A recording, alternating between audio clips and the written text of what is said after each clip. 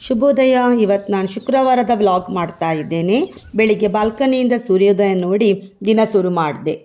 ಬೇಗ ಬೇಗ ಎಲ್ಲ ಕೆಲಸ ಮುಗಿಸಿ ಇವತ್ತು ನಾನು ಒಂದು ಫೇಸ್ ಕ್ರೀಮ್ ಮತ್ತು 2 DIY ಮಾಡಿದೆ. ತೆಂಗಿನಕಾಯಿ ನೀರು, 1/4 ಲೋಟ ಹಾಲು, ಬಿಸಿ ಮಾಡಿ ತಣಿದ ಹಾಲಾಗಿರಬೇಕು, 1 ಚಮಚ ಅಕ್ಕಿ ಹಿಟ್ಟು, ಹಳದಿ ಹಾಕಿ ಮಿಕ್ಸ್ ಮಾಡಿದೆ. ಆಮೇಲೆ ಅದನ್ನು ಬಿಸಿ ಮಾಡಬೇಕು.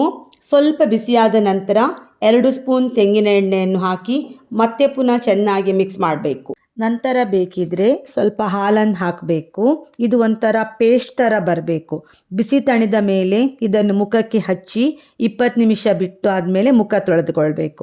ಉಳಿದ ಕ್ರೀಮನ್ನು ಬೇಕಿದ್ರೆ ಫ್ರಿಜ್ಜಲ್ಲಿ ಇಟ್ಟು ದಿನಾಲು ಅಥವಾ ವಾರಕ್ಕೆ 3 ಸಲ ಆದರೂ ಹಚ್ಕೊಳ್ಬೇಕು. ಈ ಥರ ಮಾಡೋದ್ರಿಂದ ಮುಖಕ್ಕೆ ಒಳ್ಳೆಯದು ಗ್ಲೋ ಬರ್ತದೆ. ನನಗೆ ಒಳ್ಳೆಯ ರಿಸಲ್ಟ್ ಕೊಟ್ಟಿದೆ.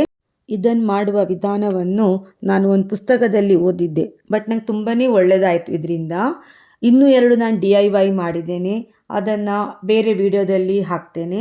ಇನ್ನು ನಾಳೆ ಸಿಗುವ. ಧನ್ಯವಾದ.